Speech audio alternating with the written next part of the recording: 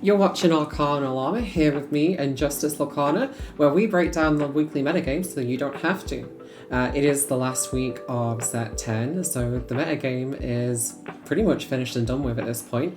However, for any of you moving to DLC Hong Kong, we do have some tidbits that you might find useful. Yeah, so here we're looking at the last 2 weeks of reported data to ink decks. No real changes, right? Purple Steel on top, followed by Blurple, Green Blue, Dogs. It's the same sort of general lineup we've seen all set. There are no real changes here. Is this going to be helpful for Hong Kong?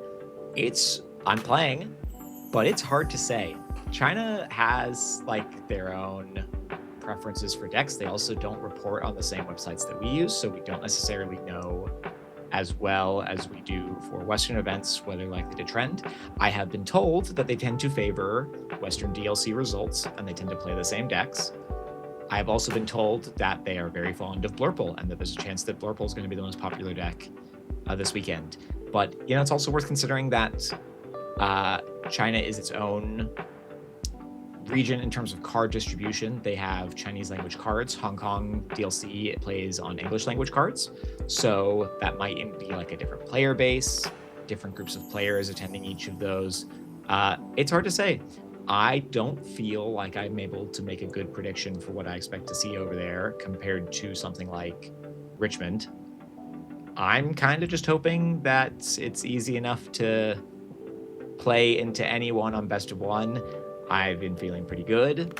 Just continuing to play the same list I played to Richmond, and I'm probably playing it with no changes. And I don't think that's a problem because the deck just feels fine into everything. Dogs, like number one deck of the format, in my opinion.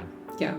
Well, let's not jump into it and say the predictions we're going to make are concrete, because like you said, we don't have the data this week.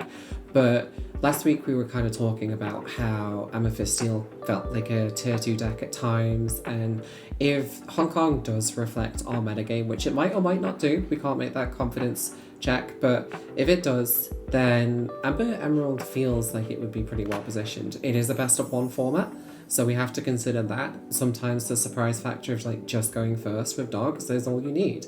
And Dogs isn't really a terrible deck going second when they don't know that you're playing it. So if it was me and I was going, I'm not, unfortunately, but if I was going to Hong Kong, I think I'd be leaning towards Dogs as well. I don't think you can go wrong with Blurple. But if you did take Blurple, you have to consider that all of these rogue decks, the aggro decks that you're not prepared for, those tech cards that you put in, like the Wasabi and stuff, are just not going to have as high value this time. You don't have the chance to lose that first matchup and then shift it in and your mulligans are going forward. And if you're playing a matchup where the Wasabi isn't doing anything, well, that's now a dead card in your hand. So that is something to consider if you're potentially thinking of going to Hong Kong. Yep, and everyone I know who's testing, if they're not on Dogs, they're looking at Blurple, Green Blue, and Yerple. And so Dogs feels good into all of those, makes it kind of a no contest, right? And, I think that like even the influence of the die roll is heavily mitigated. Playing Dogs, it kind of feels like you don't care if you win or lose the die roll, because if you win it, you win. And if you lose it, you're still favored. So who cares? Yeah. So it's a pretty good spot to be. I feel not particularly worried. And will we see 20% Purple Steel? Fine. That's like the deck's not that threatening if they don't have Benja in it and they're like playing for best of one and they're not super practiced into Dogs. I hear the deck is also not particularly popular in the region. And so maybe people just won't really know what to do piloting into the deck either. They're probably keeping strengths blind on the play. Right? Like in a lot of Ursula hits where you wouldn't expect to get them otherwise. Have you given any consideration to the conversation of Chromacon versus Under the Sea in the Dogs package? So I tested the 4 Under the Sea 0 Chromacon build that did well at the DLC on and off since then in preparation for this event. I hate it. I can't work out like it's just like it's not the Dogs that I've learned how to play. Mm-hmm. And I like it in theory. I had tested it because I thought I saw why it has that opportunity, but in my testing, I just haven't gotten on with it. And more important, I think, than is that version of the deck slightly more optimal than the version that I've been playing, is the fact that I'm comfortable on the version I've been playing and I know how to pilot it. And I don't feel comfortable on that other version. And so, I'm not going to bring it, even if it might be slightly better. Yeah, there's probably some wisdom there, just sticking with what you know and not changing it last minute. So that's the metagame, quite short and sweet this week. What we're going to do is we're going to move forward and kind of review some of the new cards that have jumped out to both yourself and I. It seems like Amber is really favoured this set. It seems to be getting a lot of power, a lot of love. There's a lot of cards that I'm excited about, but we're gonna do kind of a whistle-stop tour of some of the cards that have jumped out to us in the last couple of weeks revealed. We're gonna start with Ohana Means Family, because it's on the thumbnail. Why not, right? It's good.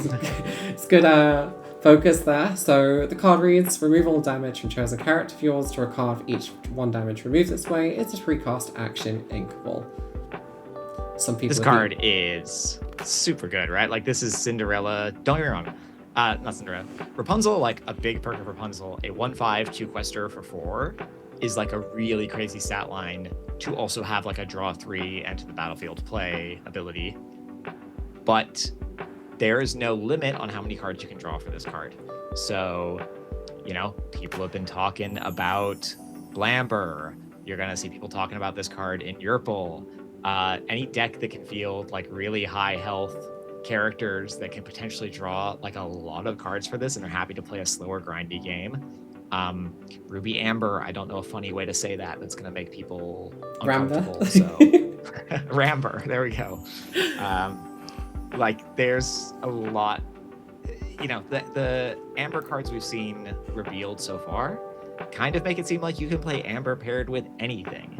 Maybe it's going to be our new Amethyst going into set 11. Well, I think that might be a bit of a stretch, but I think definitely going into this set, the 2 colours that have needed card draw the most are Red Ruby and Amber Yellow. And I felt like this is a good inclusion towards that, just as like no conditional, well, it is conditional card draw, but it's like very easily conditional if you're playing the right cards. Does this fit in everywhere? No, if you're playing aggro decks, you're probably not going to want to run this, because at best you're drawing like 2 cards, which is alright, to be fair. 3 ink for 2 card drawers is alright. But it being an action kind of hurts in those decks, because it takes the gas off and makes it so that you kind of can't develop the bodies that you're drawing into. I think for me personally, I said it last week, I'll say it again, Yurple, if that's what we're keying it as. It looks very interesting this week. I cannot see how that deck wouldn't be a tier 1 deck out of the format, like out of the gate. I mean, it already is, right? And the classic assumption you have to make going into a new format is that the best decks at the start are the decks that were already good with the new cards that fit into them naturally. So this does seem like a natural slot in to Yurple. But, in terms of Amber aggro decks not wanting this card, that almost doesn't really matter to them, because they got our next card that we've got lined up, which is a bit of an alternative to this. Wisdom of the Willow. This is a 4-cost uninkable action. For the rest of this turn, whenever one of your character's quests, you may draw a card. Are you high on this card? I mean, this card, right? Picture dogs. 1-drop, 2-drop, lady 3-cost plus a 2-drop. Maybe you've also got like a Lilo in that lineup, and so you can play like a free Pudge. And then turn 4, you ink, you quest all of these characters, you draw 4 to 5 cards as the aggro deck. That's just kind of bonkers, right? In those particular cases, I can see. I guess I'm concerned that for me, this card very much feels win more. It's 4 costs, it's uninkable aggro decks. When you're playing dogs, I very often see you letting it 2 ink for most of the game until Blurple starts putting your cards into the inkwell. The, I guess, dependence on having to ink up to 4 kind of upsets that math a little bit, because most characters you're not playing to 4. I think Lady Shift is she 3 or is she 4? She shifts for 3. There's a lot of times where you want to get to 5 to play her, but I actually do think you're right. This card is nowhere near as good as Ohana. It's nowhere near as likely to have a high baseline power level. It's probably not even good in dogs in that lineup I just described. But it's an interesting option.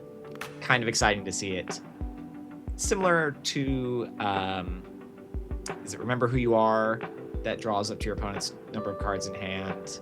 Yeah, the green 4-cost action. Exactly. Yeah. So, and the thing is, you could do some like gimmicky go fast aggro decks with that and Emerald Chromacon to like try and draw a bunch of cards, but you're still playing like a 4-cost unequal action in an aggro deck, which isn't really what you want to be doing. So this card is like fun. Changes much. Like, so if we're thinking big top cut tournaments where people have open deck lists and stuff, like the knowledge that you have this card in your deck doesn't really change for your opponent. Like, they're still wanting to banish stuff if they are, and if you see this, you see this. If you don't, you don't.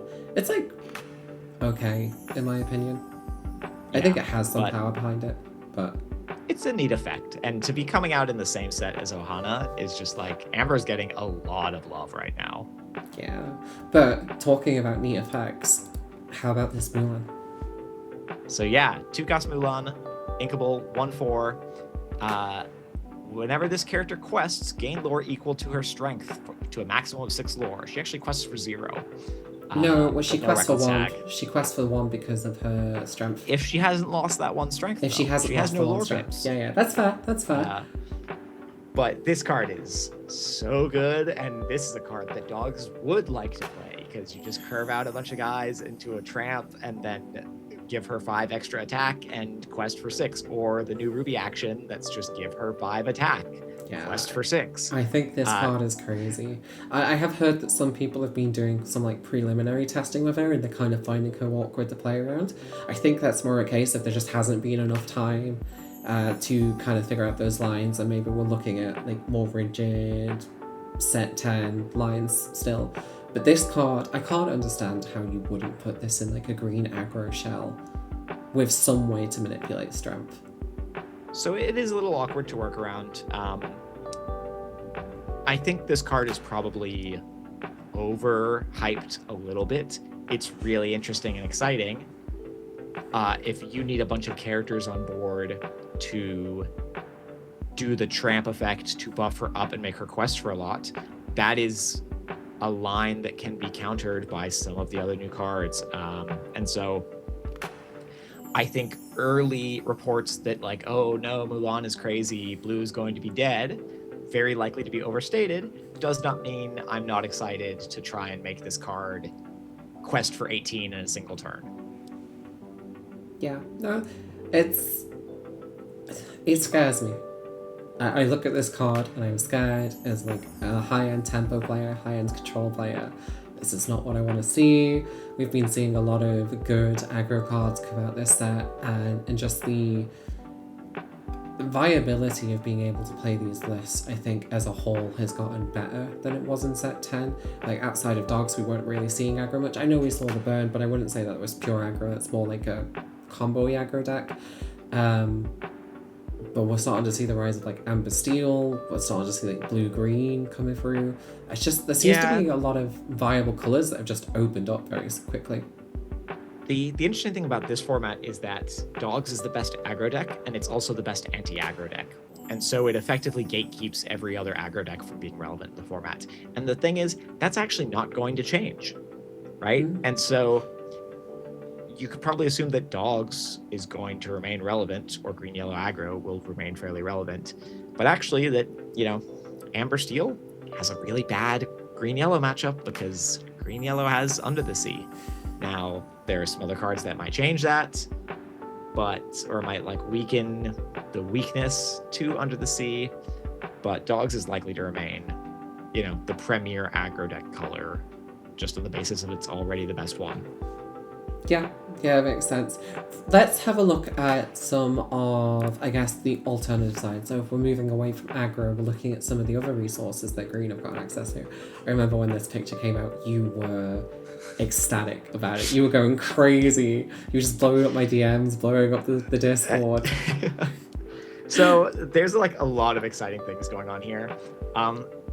So this Todd card, 6/6, shift 5, evasive, 2-quester, twice per turn, ready it up when you target him with an item or like ability. That's just like wild, especially with this song where you can Draw a card and give a character +1 lore this turn, so 4-cost song.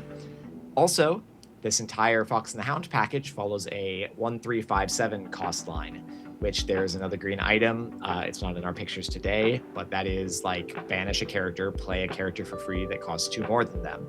And so there is like a possible synergy there where you don't necessarily need a relevant shift target in some of these cases. You can just like hop up the curve 2 at a time by establishing this item on your 4th turn and like turning your 3-cost into a 5-cost.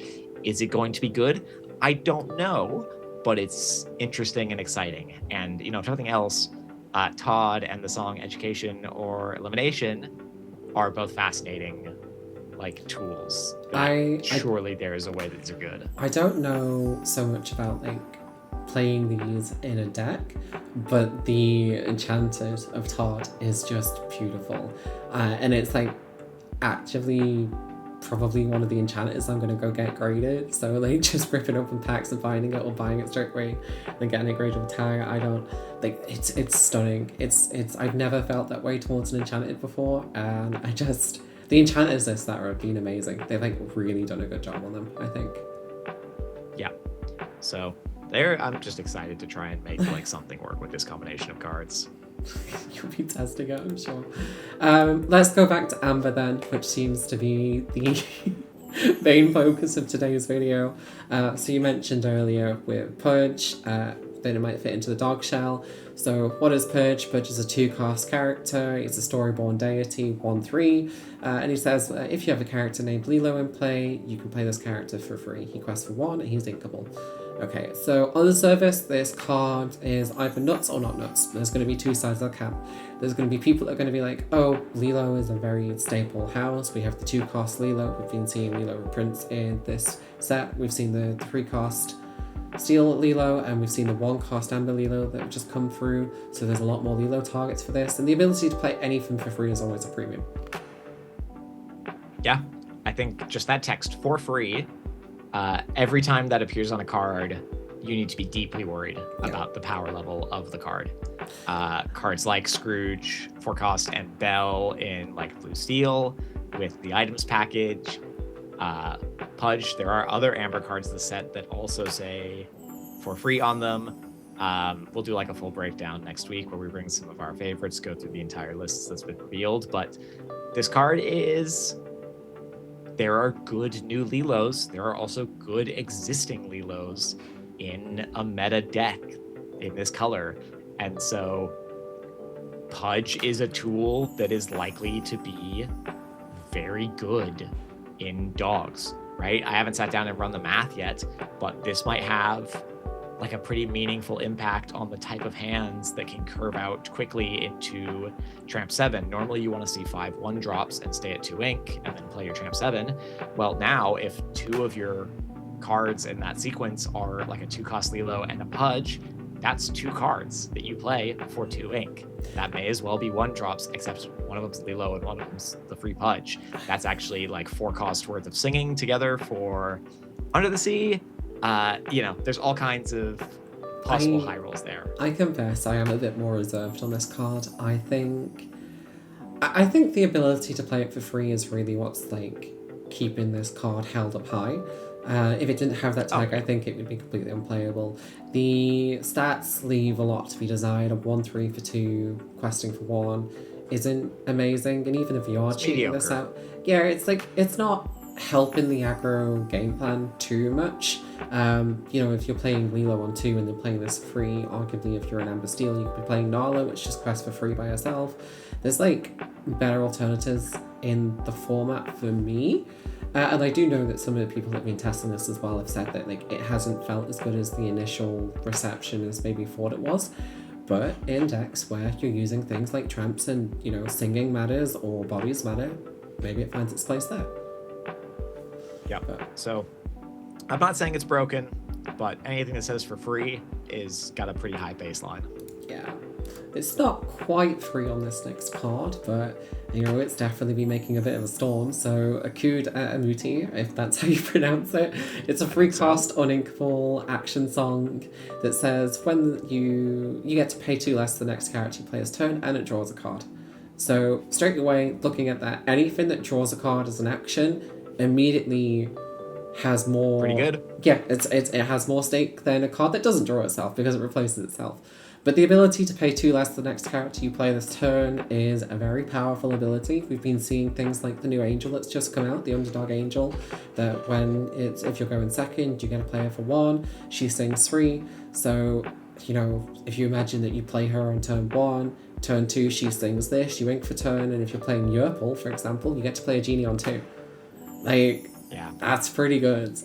Huge boost there. And not only have you played like Genie on 2, but like both of those cards replace themselves, you're still sitting at probably like seven cards, 6 cards in hand. That's like crazy. Is there any downside to this card other than it being uninkable?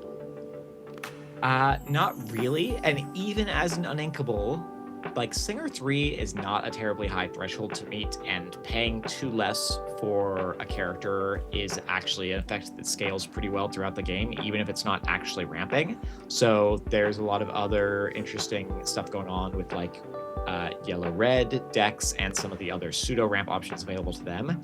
Like, this card can help you play a Maui Shark on your turn 4, or earlier if you're also playing effects like the new tree or lantern or the Reuben.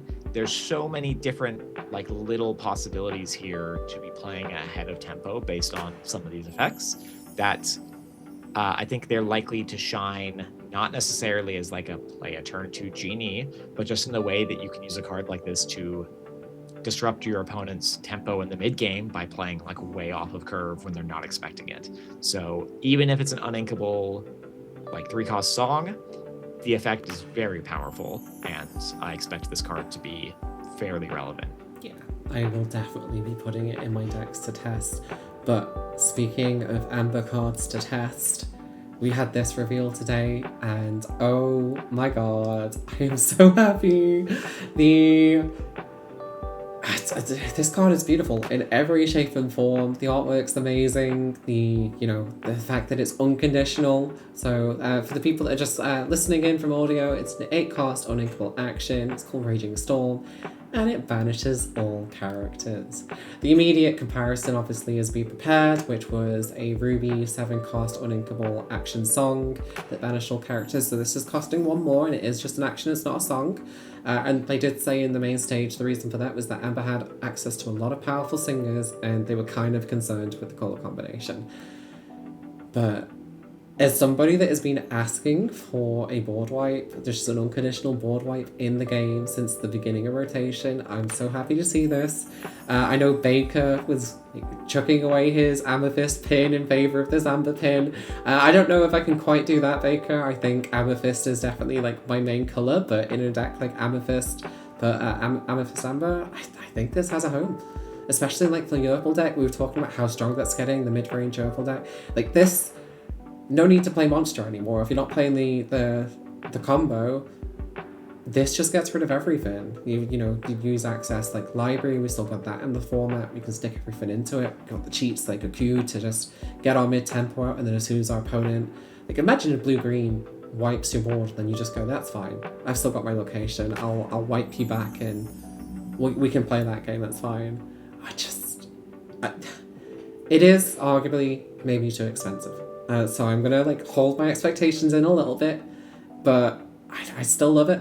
I still think this was needed. I'm really happy to see it. What are your thoughts?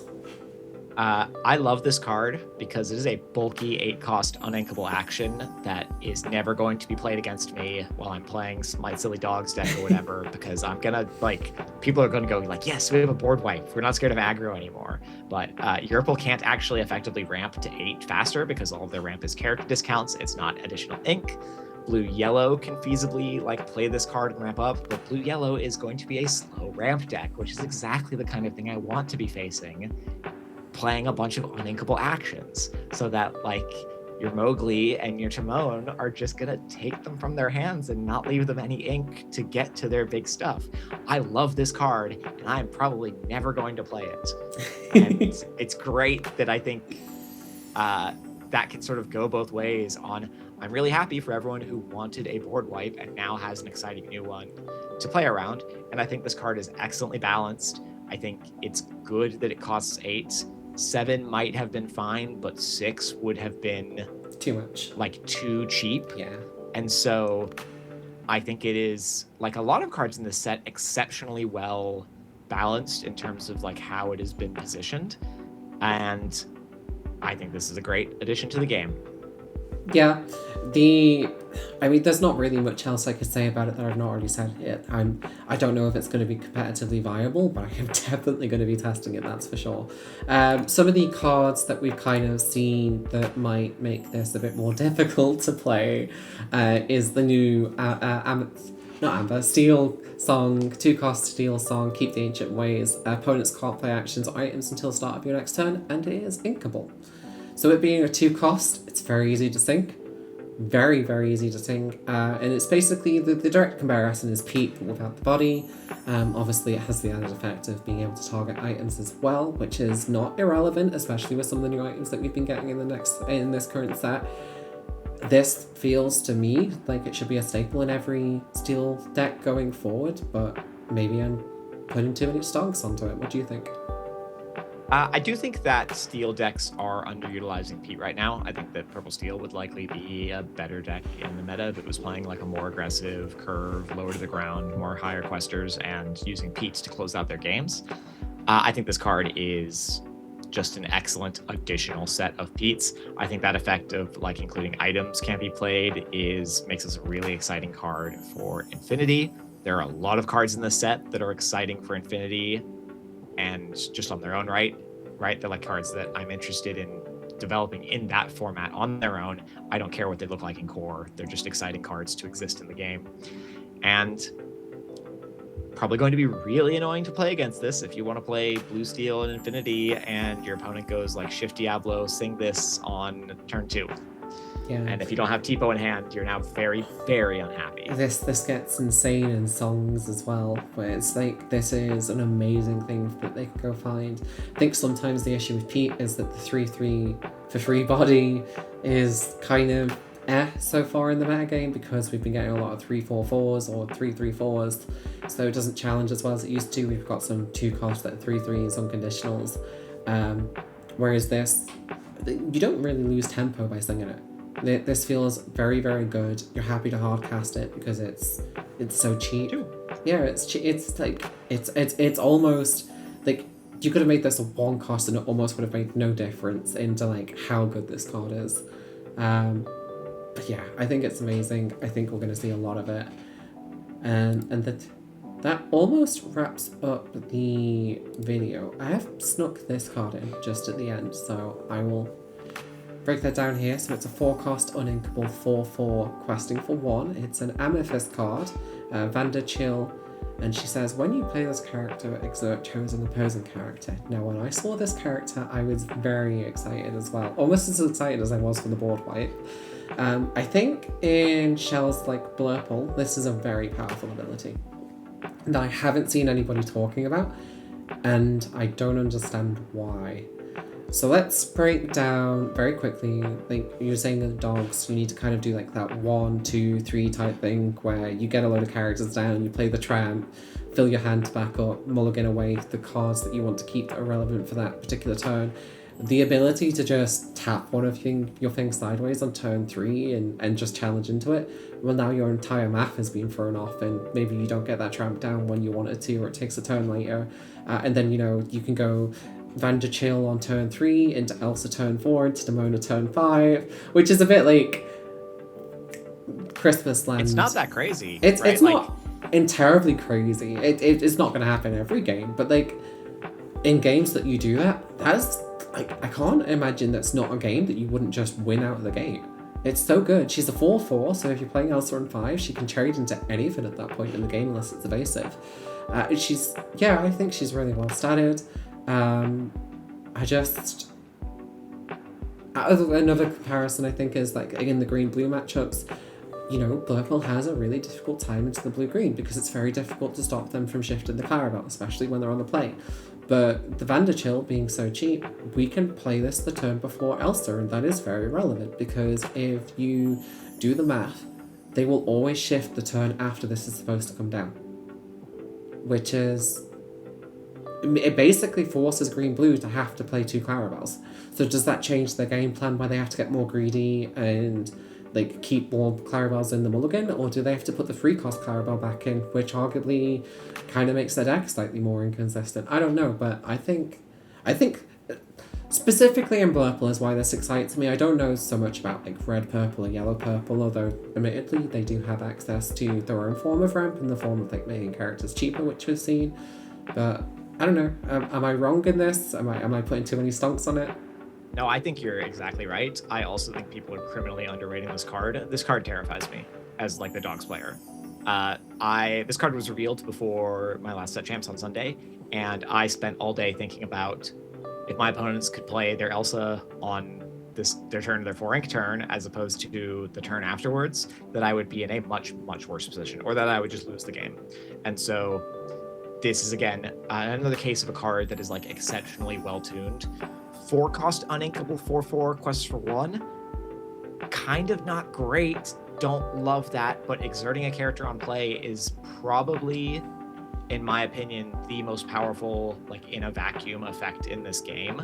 And that line you described earlier where you're talking about going Vanderchill into Elsa into Demona, the thing is that effect is so good that you want to be playing an incredibly redundant number of copies of cards that have that ability. When I was looking at Blurple in set 9, I was starting to consider, like, do I want to play copies of the 5-cost Ursula that exerts a character and gets you a free song? She's also a card that gets a lot better in this set with some of the new songs that are about.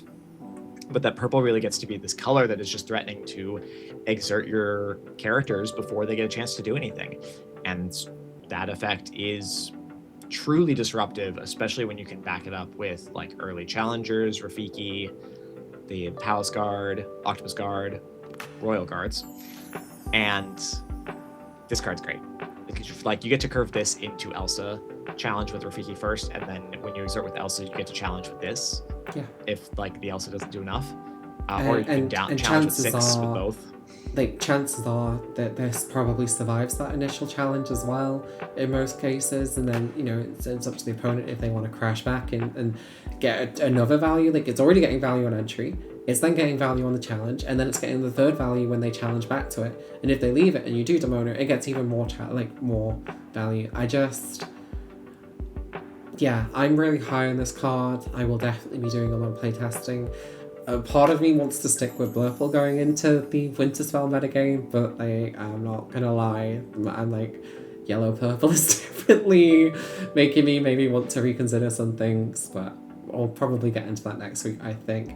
What we'll do is, I think next week we'll have a look at our, maybe let's say 5 best cards from the format, and we'll break that down and explain how we think that's going to change the metagame, so look forward to that. And then we also have an interview after this segment, so we've got that with Braden. You're taking that one, are you not? Yep. So Braden from The Lounge. Great little interview there with him, and look forward to that. Yeah, but that's it for us today. Thank you so much for joining us. If you've made it this far, please remember to like, comment, and subscribe. It really helps us, and we love seeing all of your comments. But I will see you next week, and Lorcana will see you, and Justice will see you in the next segment. So until then, bye-bye. Bye, everyone. And welcome back, everybody. We're here for the interview segment for this week's episode. I have with me today Braden, who is the host and runner of the Lorcana Lounge. Braden, why don't you go ahead and introduce yourself? Hi, I'm Braden. I am a Lorcana player from North America. I've been to quite a few DLCs, and I help run the Lounge, which is a Discord with almost 200 players at this point. And we have an ICL team, and we've made top 4 both times we've played in ICL, which is a pretty significant accomplishment, I think. So yeah, it's a really fun project, great group of people, and I'm excited to talk about it today. Yeah, and so, you know, for anyone who doesn't know about the Lounge, right? Pretty popular, pretty well-known testing group. Both me and Atlantine are in there. We've done a lot of our own prep for events in there, and just generally has been, you know, a very successful initiative in like really efficient testing. Fungus just won the DLC, right? Has spent a lot of lead up into that event in the lounge talking about his views on the deck, right? There were really no secrets in there leading up to it, full views of like what he was planning on playing, why he thought his decisions were the right ones. And, you know, we've had some really great results from testing communities like this in these discords. And so it's, you know, it's a very interesting thing to be looking at. What inspired you to start the lounge, right? What's the history here? So I had a 20-minute judge call with my friend Christy, which is how I met her at a 5K in Philly that she had flown out from the West Coast. And at the end of the call, I felt kind of bad about how everything went, because it was like a really weird situation where I whole new worlded and didn't remember if I'd inked or not, and we had to run back the whole game to figure out if I'd inked or not, and I hadn't. And then I won the game because of that. So it's just a very awkward situation. And so I reached out to Christy afterwards, and we started talking and became friends. And it was a really awesome thing to come out of it. And we were talking about a year and a half ago, and she mentioned that there were other discords that were large and similar, the ones that are really big, and she had experienced some negative behavior, particularly because she was a woman, and she had kind of been hey, we should really have a discord where people are just kind of not awful to women. And I really did not want to do it because I knew it was a ton of work, and I had done it for Magic before, and once we hit 100 people, it was really challenging, and I almost wanted to delete the Discord and start over. But after a week, no one else had done it, and I said that I would do it if no one else had done it by the end of the week. And so then I started the lounge with her, and we had another friend from the SCG, 1K, 5Ks in the Northeast, join as a mod, Dave, and then we had another friend, Stefan, who's local to me, join. And those were the first 4 people. And then it just kind of grew from there. During the third set, during the second set, I was playing the same deck as the Rat, an Amber Steel aggro deck. And then in set 3, I also started playing Green Steel, and we became friends after that. He joined, and he was a huge resource for us, as a player who was just really skilled and knew what was going on, and that helped us a lot. And then I added Cran around that same time, and then the Discord just started exploding. So those are all moderators now. It's basically all of them, I think. So yeah, that's how it started. It's kind of a lengthy story, but no, those are took all a while. Big names in there, right? I recognize all of those people from the lounge, right? Everyone is super involved, super committed into talking with everyone else, getting the testing in there. And I think you touched on really well there about why it's so important to sort of foster spaces like this where it is a more welcoming test environment, right? TCGs are pretty hostile places to a lot of players, and building somewhere that's safe and welcoming for them is real valuable for the community. And how do you go about fostering that kind of environment and making sure that it's stable, right? What are the principles and how do you maintain them?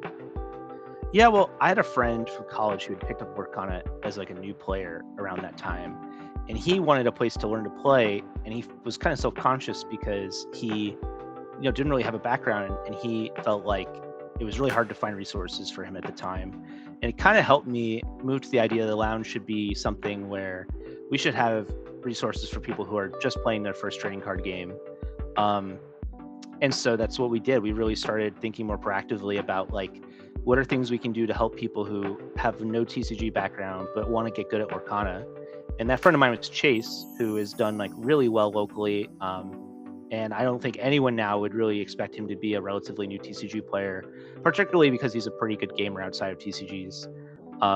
But I know that the lounge was a pretty big resource for him, and now he's brought a ton of people from the West Coast who are also new. And that's kind of what happens is you just get people, you want to make sure that you have things for those people, and it's something you're thinking about. And then when you have people like that who are in the Discord already and they feel valued and welcomed, then they start to invite people like them, and then a larger and larger portion of your Discord becomes people who are newer and are asking questions, and you just have to constantly reaffirm to those people hey, we want you here. You're invited because this is something we value, is having people who are new to trading card games. So it can't be this thing that just like accidentally happens. You have to tell people that's what you want, and then do things that kind of visualize through your behavior that that's what you want. But it's not hard. You just have to like make space for people. Yeah. And then is it been like a challenge to maintain that? And like as the server has grown, how do you manage to keep everything in check? I think generally the hardest part is making sure that you have resources for those people, and it's still worth being active and communicating and providing information for people who are the most knowledgeable. So if you don't have people who are knowledgeable, the new people who are newer don't have access to learning. They just have access to community, which isn't a bad thing.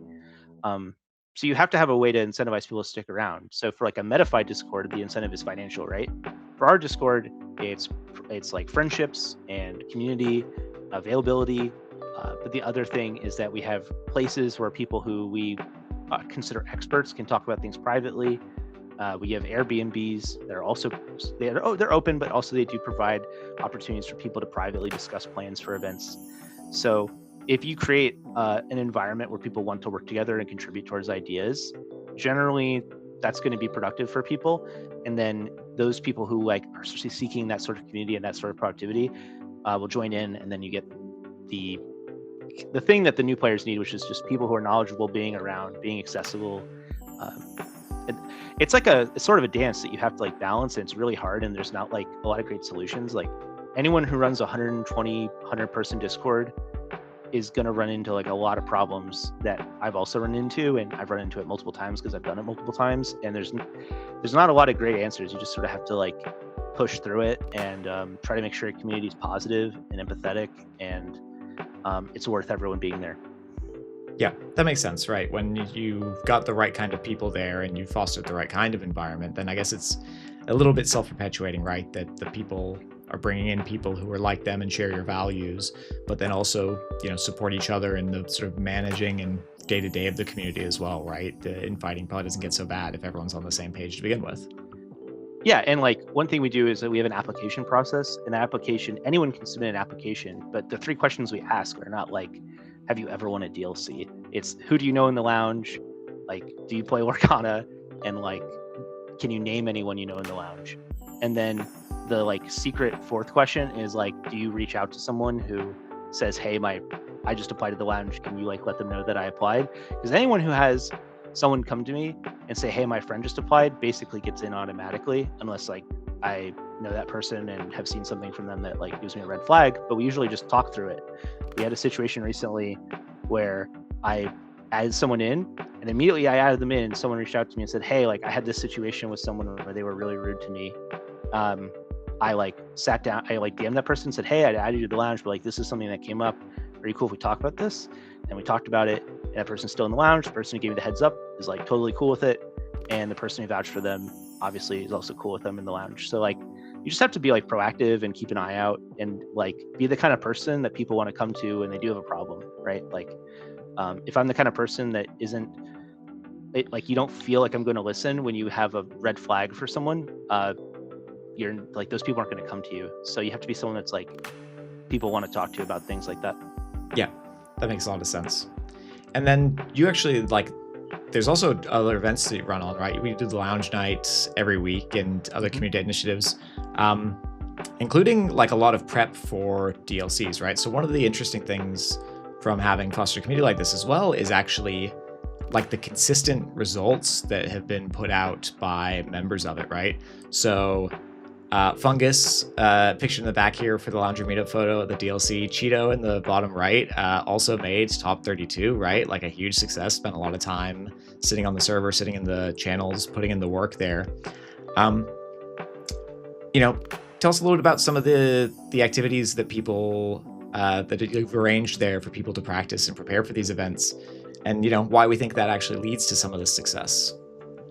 Yeah, so I'd say one thing we do is leading up to DLCs, we have a team, we have teams for each deck. So usually there's a team lead. So for Blue Green, it was Fungus. And Fungus will lead a meeting for usually 2 or 3 weeks leading up to the DLC, talking about the deck, figuring out, for the example with Blue Green, detectives are not detectives. There's probably a whole meeting where you go like card by card, archetype by archetype, describe like why you prefer one or the other, matchup spreads, use data that we've like collected either from our Lorcanito history or from Inkdex or any other source of like large data, and we like the group will come together to like make decisions based on that, and that'll run for like 2 or 3 weeks. And I like there to be an in-person meeting, but there isn't always one on the Friday before the DLC or the Thursday. But that's something that like Fungus excels at. Like when we did it the first time for Milwaukee, like I got so much feedback that Fungus was like incredible at that, and so we had Fungus do it again. And I would say again, like Fungus probably had the best meetings of any like deck lead. So it's about finding the right people. Like, you know, after Milwaukee, I messaged Fungus and was like, and I'm pretty sure Fungus had like a rough weekend, but like it wasn't about like Fungus's success that weekend. I reached out to Fungus like after Milwaukee and was like, hey, I really appreciate the time you put into running the meetings. I heard from a ton of people, it was really helpful. And so it's like, it's more about finding the people who are putting in the effort and like running those meetings and like making sure that you communicate that they're like really valuable. And so then when Fungus like crushes a DLC and wins it, it's like so much more valuable, and like it feels so much better because it's like, oh, it's this person who like always puts in time for other people and like you have this relationship with, and like that's like really cool. Like the Rat won DLC Chicago, and like that was so exciting because the Rat like tested with us weeks leading up to that DLC. Like it was so rewarding to see a friend like win a DLC. It's the exact same thing for Fungus. So that's the big thing. And then we also have, I would say another thing we do is we do a ton of playing over webcam and over Lorcanito before sets are released. So like right now, as we're recording this podcast, I think there's like a pair of people playing, you know, decks that we've built from the spoilers that aren't quite out yet. And like the full set isn't out yet. I mean, we have the spoiler cards that are officially spoiled. And like that's really valuable. For Fabled, we actually ran a league where we played with cards that like we only played with set 5 through 8, plus like cards that had been spoiled or cards that had been leaked to be in the next set. And that was super rewarding, and people got a ton out of that. And like a lot of people would like on like Twitter or in spaces and stuff would be like, I don't really see the value in that. But for me, like when I walked up to the week 1 and week 2 tournaments like Ink and the Encounter event in Pennsylvania, which I have coming up for the set, I just felt so much more prepared. And then in addition, I've like applied for jobs and stuff in like game design, and like being able to take those events and tournaments, like put those on my resume has been like a huge deal actually. So it's all like really rewarding stuff. Yeah. And sorry, we got the loungers with the playmats. yeah. Tell us a little about this one. This is from a Twitter post, right, where you talk about people holding the playmats up after they win them. Yeah, I had like a pretty cringe Twitter post where I was saying that I didn't like when people hold up like it's not like the DLC playmats, but like when you're in a top 8 for like an SG con and you like hold up your like Elsa playmat, like the set 5 Elsa playmat.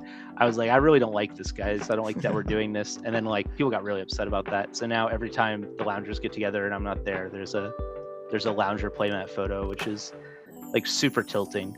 So of course we're showing it off. Yeah, shouldn't have said anything if you didn't want people to pick it up and run with it. Yeah, exactly. Yeah. And then so what would you suggest then to, you know, other people who are trying to improve their game or foster their own communities for testing, right? Do you think that people should be trying to replicate a similar approach? Yeah, I think like regionally it's really smart. One of the problems the lounge runs into is there's actually like 3 or 4 regions that make up like the vast majority of the Discord. Like the Cincinnati, Indianapolis region is like super overrepresented in the lounge, for example, because like that's where the most talkative and like invite sending people are from. And so I think if you like make it like a UK Discord, for example, and you just make sure that you include people who are like temperamentally different from you, but like values and like things you care about and goals really similar, that's like a really good way to get a lot of people together and have good leadership and get feedback.